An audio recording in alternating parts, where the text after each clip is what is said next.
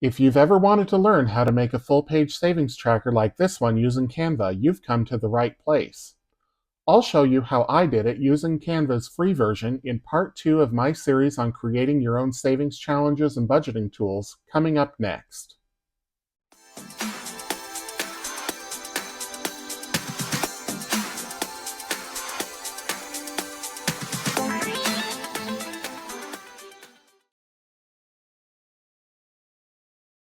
Welcome back to Ready Budget Go. My name is Drew, and on this channel we talk about cash budgeting, saving money, and achieving our financial goals. If that sounds like something you're interested in, please consider subscribing, hitting the like button, and leaving a comment down below. I'd love to hear from you. So today we're back in Canva, and this time I'm going to create a savings tracker on an 8.5 by 11 just regular sheet of paper. This is a different kind of savings challenge than the ones that we talked about last week, where this one has a series of symbols that you just cross off when you are working toward a larger goal. So the ones that I did last week were for A5 and A6 size. Those tend to be smaller goals. This one is going to be for saving up for an insurance deductible, and depending on your policy and what kind of insurance it is, it might be a fairly large policy. Or a fairly large deductible that you would need to save up for to make sure that if you do need to use that insurance, your out-of-pocket costs are already covered. The first thing that I'm doing here is I'm setting up a frame to sort of define the edges of where I want to work. You can do this in Canva using the rulers and making a grid that way. However, in my experience, those are more difficult to work with. It's really difficult to get them exactly where you want, and they don't always work when you're trying to snap things to that grid. So I've just created a sort of a temporary box here, and now I'm adding in a text box. I scrolled through some of the presets, but I couldn't find one that really spoke to me, and I wanted to show how to do this just on your own without using one of those presets anyway, just in case you can't find one that you like, or if the one that you like is locked because it's behind the Pro paywall. So I've typed in the text that I want. Now I am scrolling through the different fonts to look for something that sort of matches with the vibe that I'm going for. You can pick anything. I mean, ultimately the font style doesn't really matter. I'm just doing this for pure aesthetic reasons. So scrolling through, you'll see there's some yellow crowns here. That means it's a pro font. You have to have a subscription in order to use it. But I finally decide on this one here. And it looks decent enough, but what I want to do is adjust the effects. So just to give it some extra visual interest or some dimension. And this is something that always requires experimentation, unless it's one that you've used before and you're familiar with, and then you can just replicate it, from one project to another. In this case, I'm wanting to use red and black. I think that's a classic color combination when it comes to bowls, and as you can tell from the title here, that is the play on words that I'm using for doing this savings tracker. So I'm just experimenting with colors. I'm changing the color of the font and the color of the effect. There are multiple effects here that you can play with. You can adjust see I'm moving one of the sliders here. You can adjust all the different parameters. If you do something and you don't like the direction that you've gone, just use the undo button. It is that easy. There's really nothing to be afraid of in experimenting in Canva. The undo button is robust. It will get you out of trouble if you start going down a path that you don't like. And I'll do that several times in the course of creating this challenge, where I'll need to use the undo button, sometimes several times, to fix what I've done wrong. So now that I've got the title more or less set, I am going to add in another box here, and I'm adjusting the font size. And this is just explaining what this savings tracker is all about. So an insurance deductible savings tracker, and I have some trouble with the keyboard here, but the spell check in Canva is not terribly robust. It's not the worst thing in the world, but you do want to make sure that you are checking your own work and that you are spelling everything correctly. So you'll see I grabbed the wrong object there, and I moved the frame up, and now I'm aligning things and changing font sizes eventually, I think. So This is all just experimenting with the layout. You will find that you need to make adjustments as you continue producing the document. And I'll demonstrate later why doing the basic elements first, the design style and getting that the way you want it first is important, because here I've used this sort of a plain border to define the work area. And realistically, I knew that I was going to want to use a different style of it, and I should have done that first, because not doing that required me to go back and make changes. So I'm going to show the whole process here. I could have just abandoned this project and started over to make it a cleaner experience, but I think it is more honest to show that sometimes things just don't go the way that you expect, and you realize that you wish you'd done a step sooner, and it creates some extra work. But instead of starting over, there are ways to recover. It can be tedious at first, but as you learn Canva and you become more experienced and you gain confidence, those tedious tasks of having to reposition things, realign things, move them around the page become a lot simpler. And it also gives you the foresight to plan better so that you have a better idea of the way you want things to look when you're first creating the document, which will save you some revisions later. Now, in full disclosure, these titles are not, or not these titles, but these parameters here are not going to stay like this.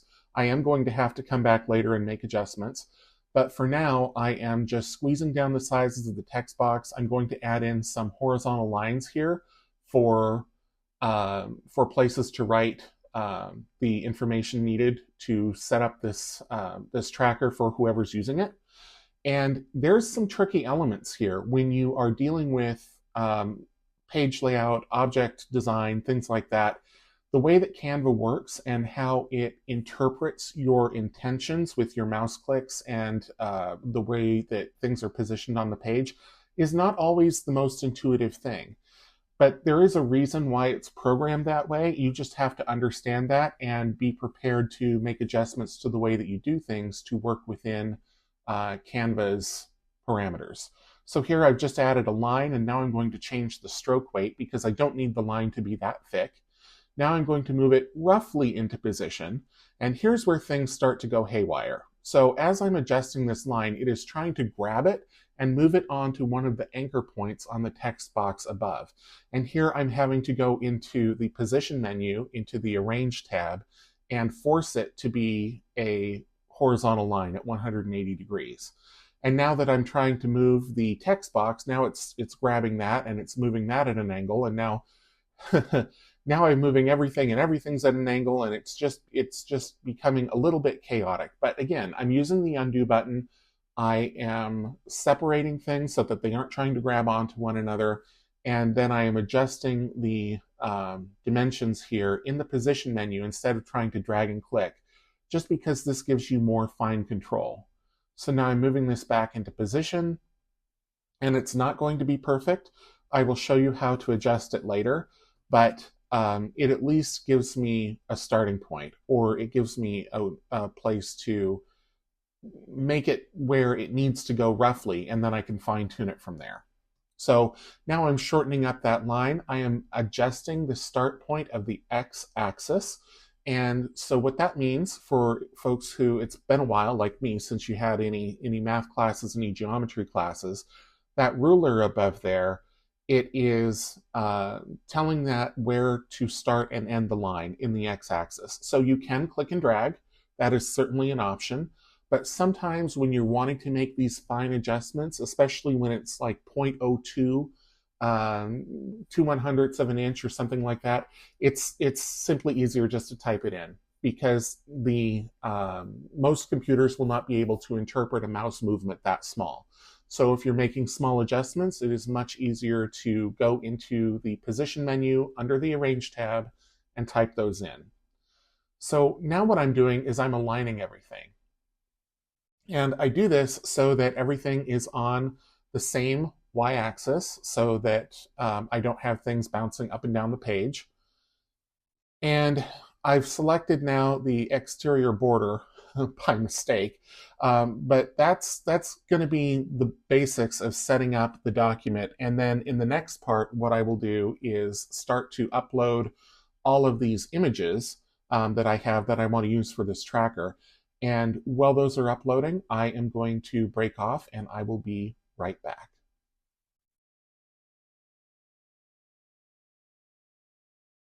Now that everything is uploaded, I am going to start positioning things on the page. So I'm here in my uploads. These are all images that I have gotten from the internet, from another site where I'm a subscriber to. So I have permissions to use them. These are from Creative Fabrica.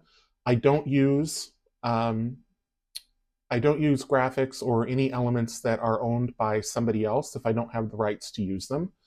The reason being that you can get yourself into big trouble. So for example, with this one, if I had used, let's just say, the Chicago Bulls logo, I am infringing on their copyright if I don't have a license to use that image.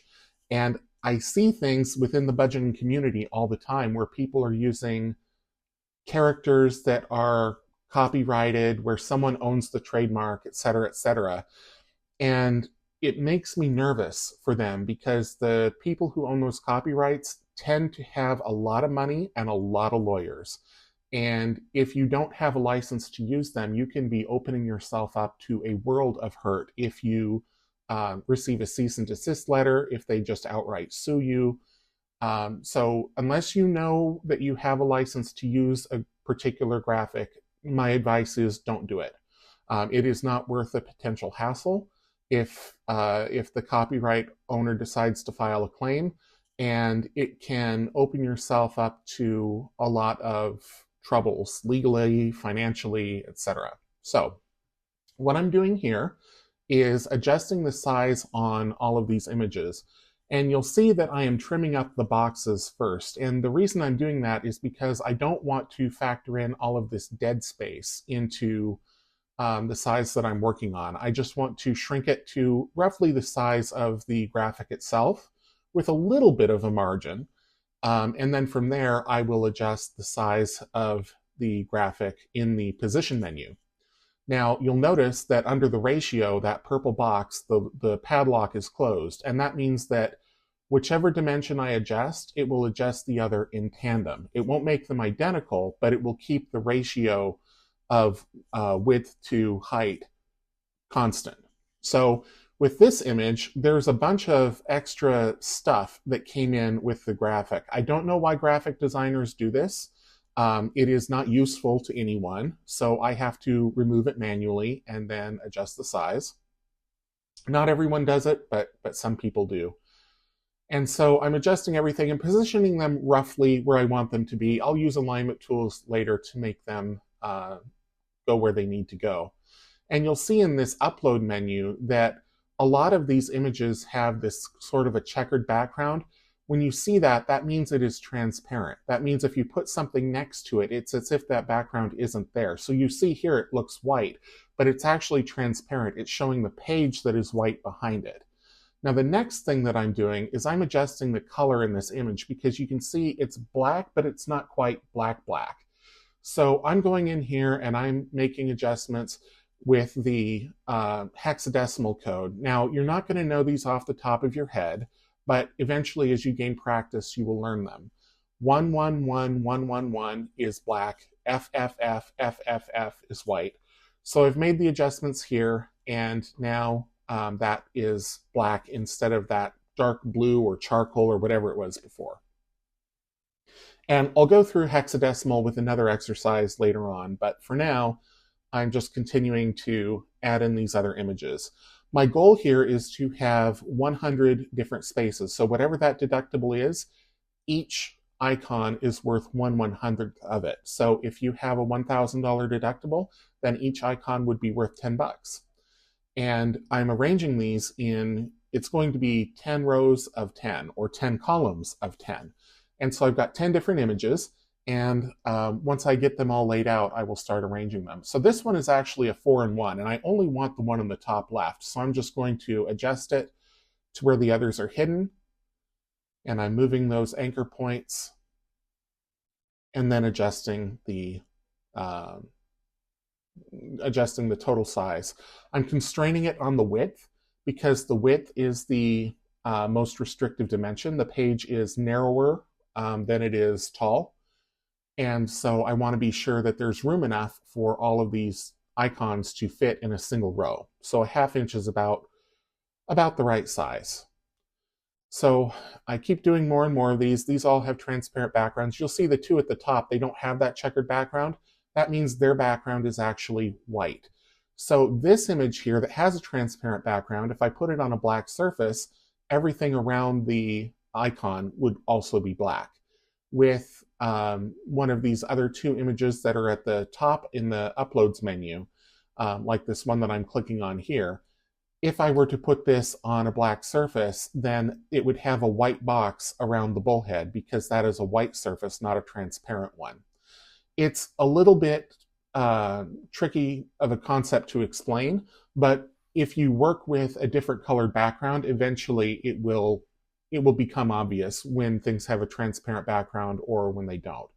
There is a tool within Canva to remove a background, but it is a pro tool. So here I am keeping the background of the document white, and I'm using images that have either a white background themselves or a transparent background so that it all becomes white.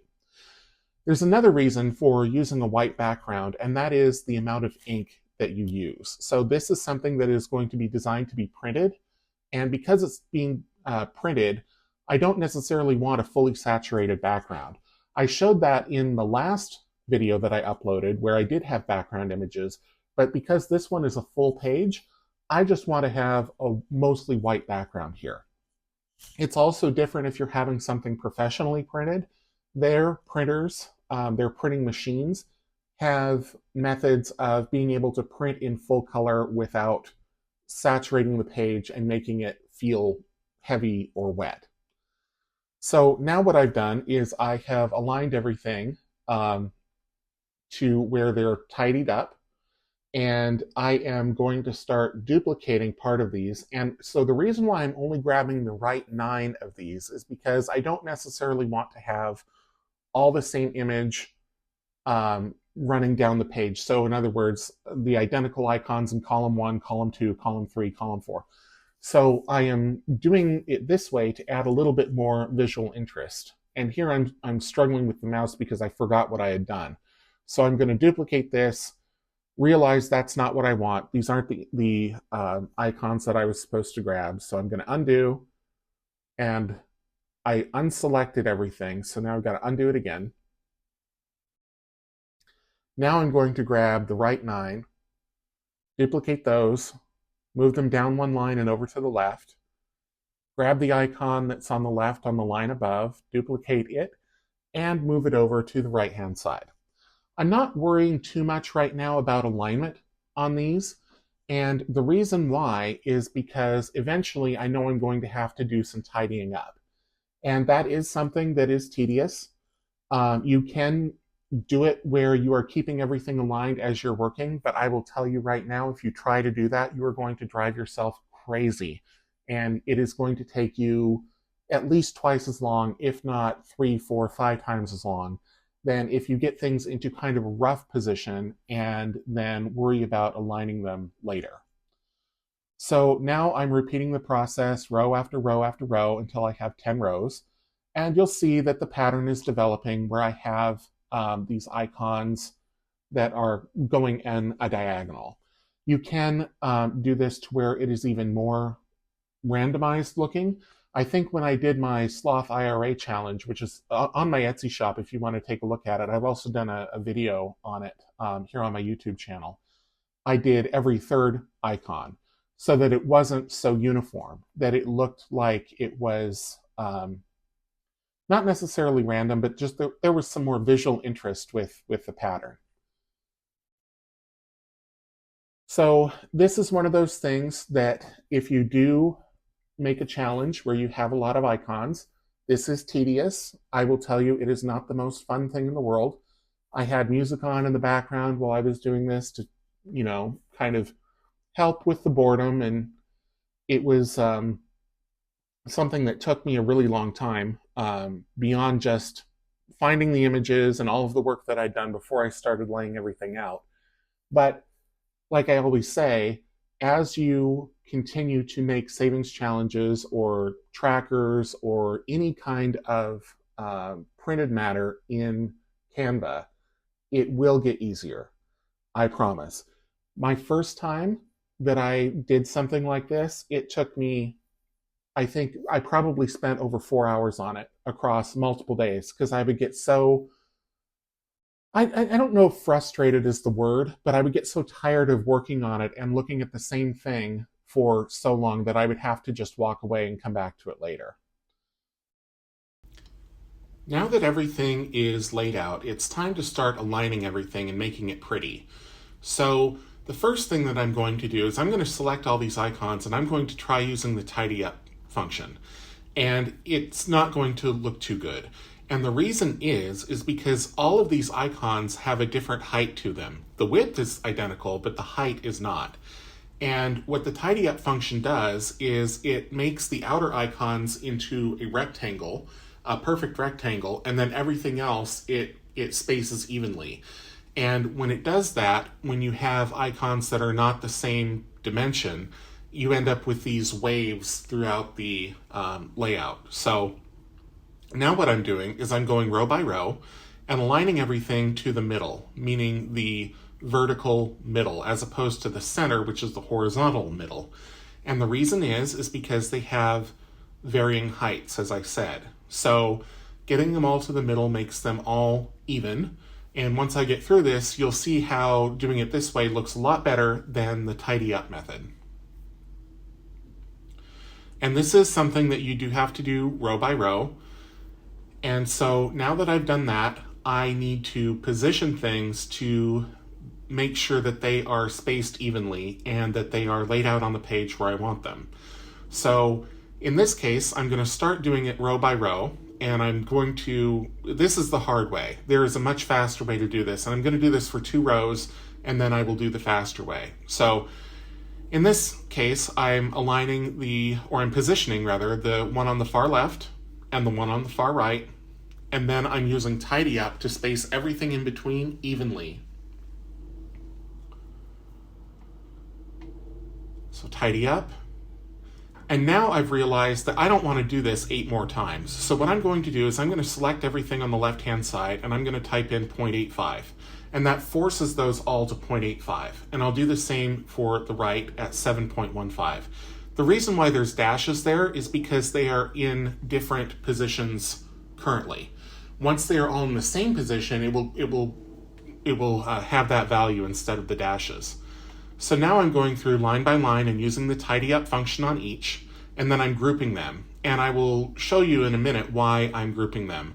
But this is one of those things where it's important to think a step or 2 ahead, because as you lay things out, there will be certain steps that you need to take for how you align objects that will involve grouping. In the last video that I made, I said knowing how to group and ungroup and being comfortable with that is important. And this is why. So I'm doing this now, taking advantage of the fact that these are all already selected. I could go through and do tidy up, tidy up, tidy up row by row, and then go back through again and group them. But since they're already selected, it's easier to do it that way.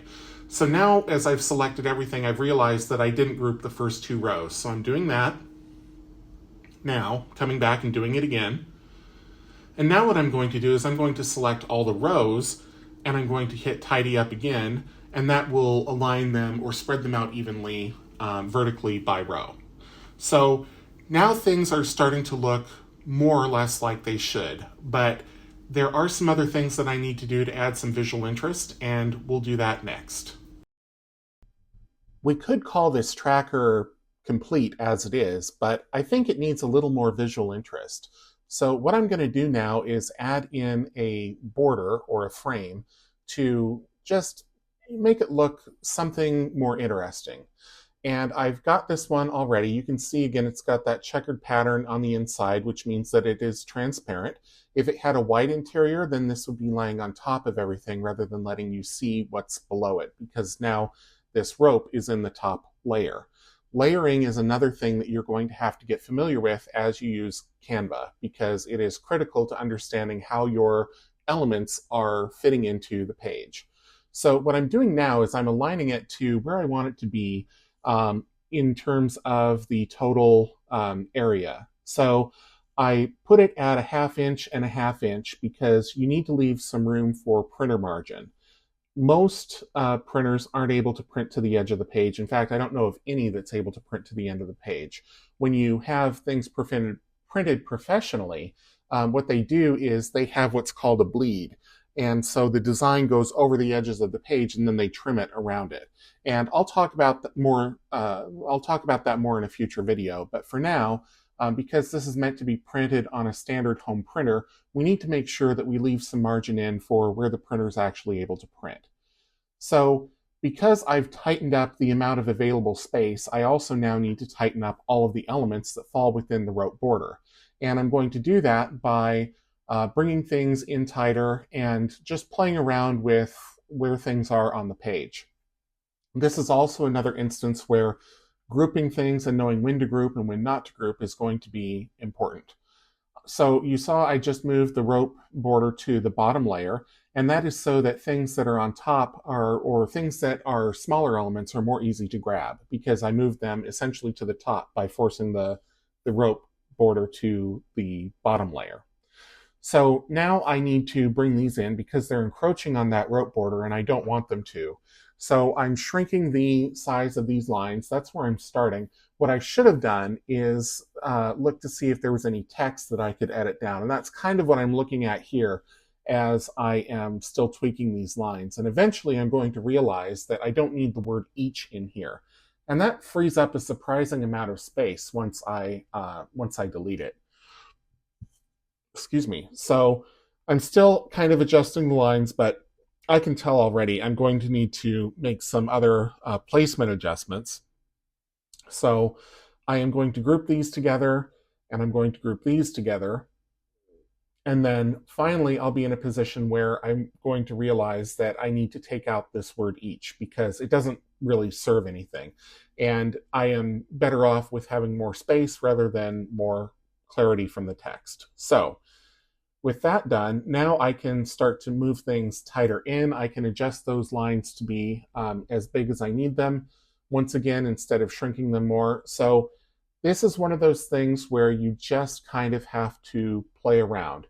You can do it precise. You can do all the calculations and things like that.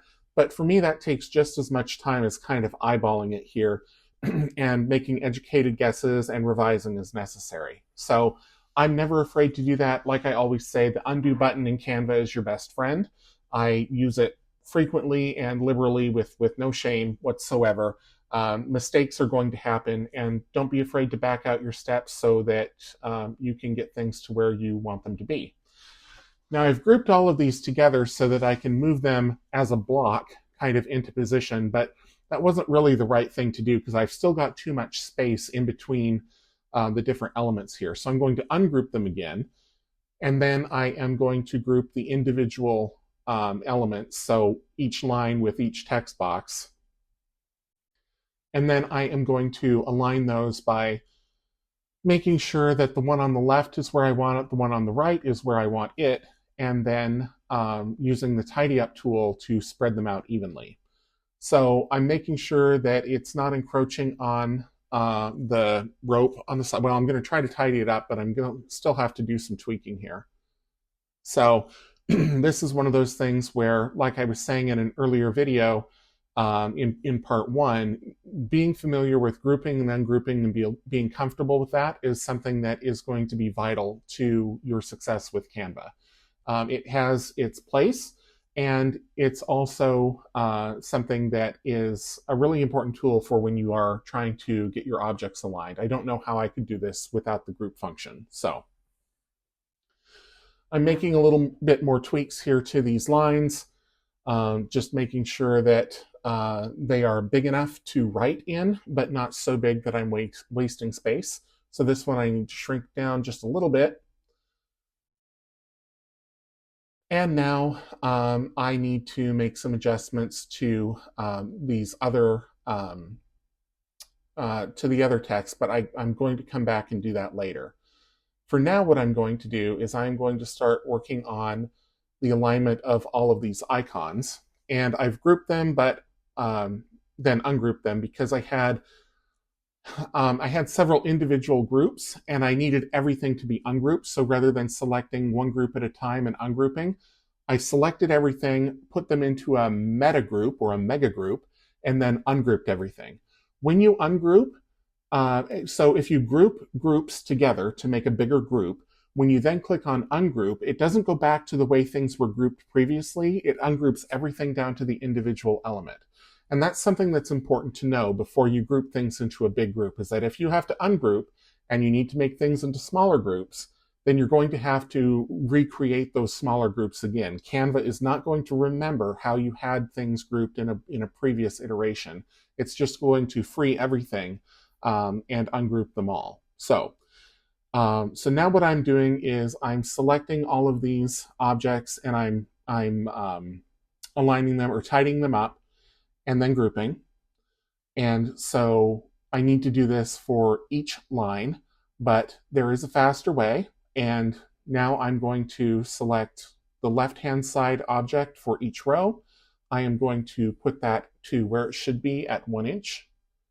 And then I'm going to do the same with the right-hand objects for each column, rather. Yeah, for the right-hand objects for each row. So the right-hand column. And then I will put those at 7 inches, which is where they need to be. And now what I can do is for each row, I can go through and select all of the objects. Well, if I don't misclick the frame and start dragging it first. So now I'm going to drag to select, and it's also going to select the frame because my mouse went over it when I was doing my group selection. So I have to remember to hit the Shift key and click the frame again to unselect it. Otherwise, it will be grouped in with everything else. So I've done the same here, tidy up. And I'm actually not grouping. I should be because I have everything selected and I'm going to need those grouped in the future. But because I'm just selecting objects and then tidying them up, once I get to the bottom and I'll realize that I actually needed those rows grouped again, I'm going to have to go through, select everything again, and group them again. So this is part of the tedium that I was talking about earlier. This isn't the most fun thing to be doing row after row. And it is something that you just get better at as you go along. And doing the layout and aligning things to where you want them on the page is one of those things that just takes experimentation and practice. I'm giving you the best advice that I can, but ultimately mistakes are inevitable. I still make them. I've made plenty just in the course of this video. And I've been using Canva for going on a year now, plus, some previous experience with layout and design software, as I've talked about before. So now I'm finally fixing the alignment of this text at the top. It's just a little too close to the rote border, so I'm knocking it down here using the y-axis adjustment. Again, fine-tuning the adjustments, it is easier to do that by manipulating the numbers in the boxes rather than clicking the mouse and dragging it. If you need to make major changes, then clicking the mouse and dragging is much faster. But when you know that you're only going to need to move it a little bit, using the keyboard and typing in a number is much better. It goes much faster and you're able to make much finer adjustments. So now I am going and doing what I said I needed to do before, which is going through and grouping everything. Because I didn't do it the first time when I had them all selected, when I was using the tidy up function, I get the pleasure of going through and selecting everything again. So more tedium. It's going to add another few minutes to the time it will take to do this part of the project, but it's not the end of the world. And like I say, with practice, you get better at knowing how to use groups and when to group and when not to, and when to ungroup. And it's something that, although I think I know it, it's just a matter of sometimes things just don't go the way that you expect, or you realize you need to course correct, and so you end up spending longer than you would have if it had been optimized. But one of the things that I wanted to do when I decided to start making these videos is show the real life that it's not always going to be perfect the first time, and you will have to go back and make adjustments and changes that will be tiresome and tedious, but it's all part of the process. So now I'm selecting all of these rows and I'm just nudging them upwards so that I can set the top and the bottom. And I didn't hold down the shift key, so you can see things kind of wobbling to the left and the right. If you're moving something vertically and you hold the shift key, it will lock the horizontal axis. It will lock where it is horizontally. If you're moving something horizontally and you hold the shift key, it will lock where it is vertically. Otherwise, everything floats. So because I didn't do that, I had to go in and adjust everything to be at 1 inch again. So now that I've got all of those positioned, I can select all of the groups, and I'm just going to do that by clicking and dragging, again, holding the shift key, unselecting the border, and now I can use the tidy up function to distribute the different rows evenly. Now what I'm going to do is add in my logo. If you don't have a logo, at least add in your name or the name of your business or the name of your channel or what have you. I think it's important to do that because you want to, number one, be proud of the things that you've created, and you also want to make sure that, you know, if you share these or you sell them and other people start to use them, that folks know where they can go and get their own. It's also kind of a copyright thing. I mean, you know, this is your creation. You want to put your own stamp on it. Unfortunately, we are in a world where copycats are out there, and having your name or your logo on something makes it just a little bit harder to copy. So I'm adjusting here. I've actually, at one point in this process, I've shrunk that box and I'm now realizing it. So my logo is been encroached on, especially here as I make it bigger. So I'm making the box bigger. If you grab those anchor points in the middle, you are adjusting the size of the box on one dimension only. If you grab the ones in the corner, you're adjusting it all with the aspect ratio remaining consistent. So positioning the logo, making sure it's centered, and now on to next steps. So now that the main layout design work is done, I'm in what I call cleanup mode. And the first thing that I'm going to do is give this file a new name. So Canva, if you create a text box, will associate whatever's in that text box with the file name until and unless you change it. So I'm just adding in a couple more words here just so that I remember what it is when I'm looking through my list of files in the Canva file structure. The next thing that I'm going to do is I'm going to adjust the color of the rope here. And you can use the color picker if you want. Generally, what I do is I look up the hexadecimal code for the color that I want, or an approximation of the color that I want. So I want this to be a light brown, so I'm going to Google and I'm typing in light brown hexadecimal. And Google will return a code. It's always going to be 6 characters, letters and numbers. And then I'm going to go into Canva and type that in for both the highlights and the shadows. I'm just going to do one color. You can play around with this if you want, but for me, I just want it to be just a different single color, so that's what I'm going to do here. The next thing that I'm going to do is I am going to want to put a border around my logo. It's something that I do on most of the products that I create, the savings challenges, the trackers, what have you.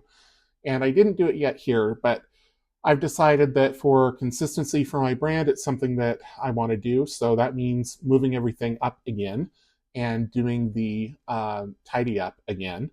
This time I am holding down the shift key so things aren't wobbling around on the horizontal axis. They're staying consistent. So now that I've got things where they roughly need to be, I'm going to select everything using the drag to select. I'm going to hold shift and unselect the rope border, and then I'm going to use tidy up to space everything evenly. Now what I'm going to do is I'm going to make the logo a little bit bigger and recenter it. And then I'm going to create a rounded rectangle from the Elements menu. Canva will remember the last color that I used, so it's going to make it that same light brown color. So I'm going to click on the color box here, make it transparent, and then I'm going to add in a border by clicking here, selecting the solid border, and changing the border weight because I don't need it to be quite so thick. Then I'm going to drag it down to where my logo is, and I'm going to use the anchor points to resize it.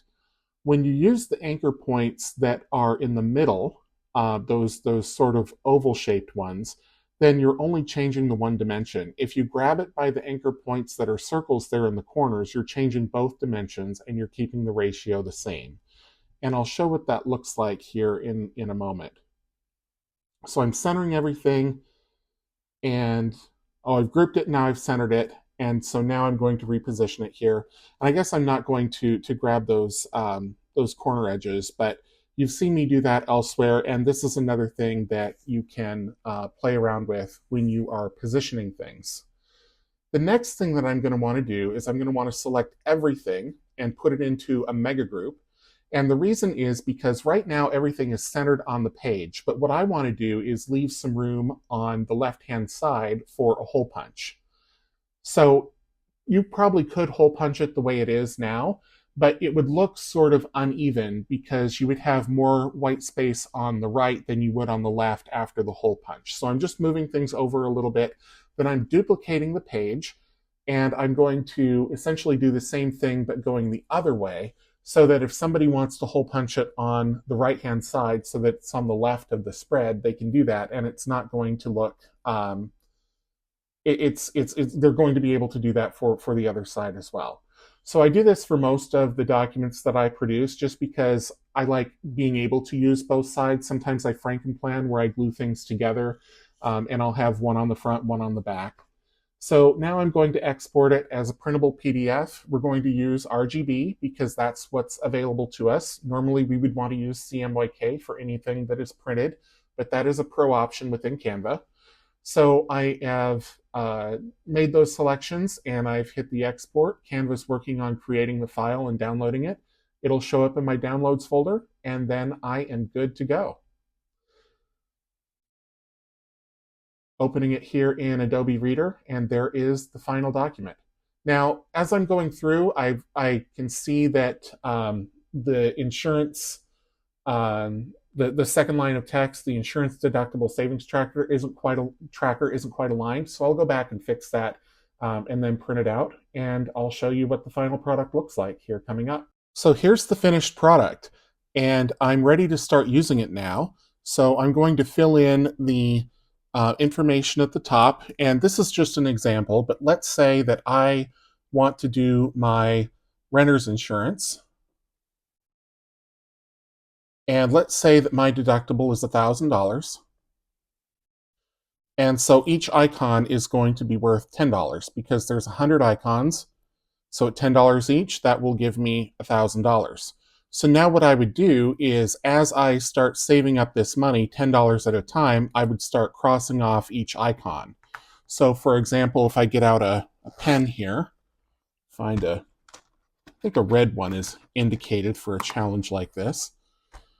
This is a brush tip marker, and I'm just going to say, okay, let's say I was able to put $30 away for whatever period I'm working on. I'm going to cross out 3 icons. And so once you fill up the entire page, then you've got your deductible and you've saved all that you need to save for that task.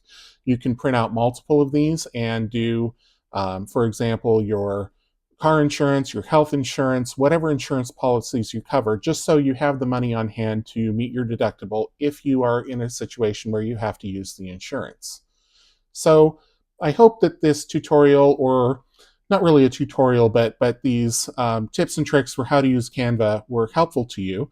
I will be doing more of these in the future. I think next time I will do scratch-off savings challenges, and when I do those, I will show you how to set up the document in Canva so that it can be used with a professional printer. And that will apply to whether you're doing A5, A6, 8.5 by 11, any size document you want, but it's a little bit different when you're working with a professional printer versus when you are printing things out on a home printer. So I want to thank you for spending some time with me today, and a special thank you for watching all the way to the end. If you enjoyed the video, please hit the like button, subscribe if you're new, leave a comment down below, and share with your friends. I've got an Etsy shop. It's linked in the description below. And until I see you again next time, take care.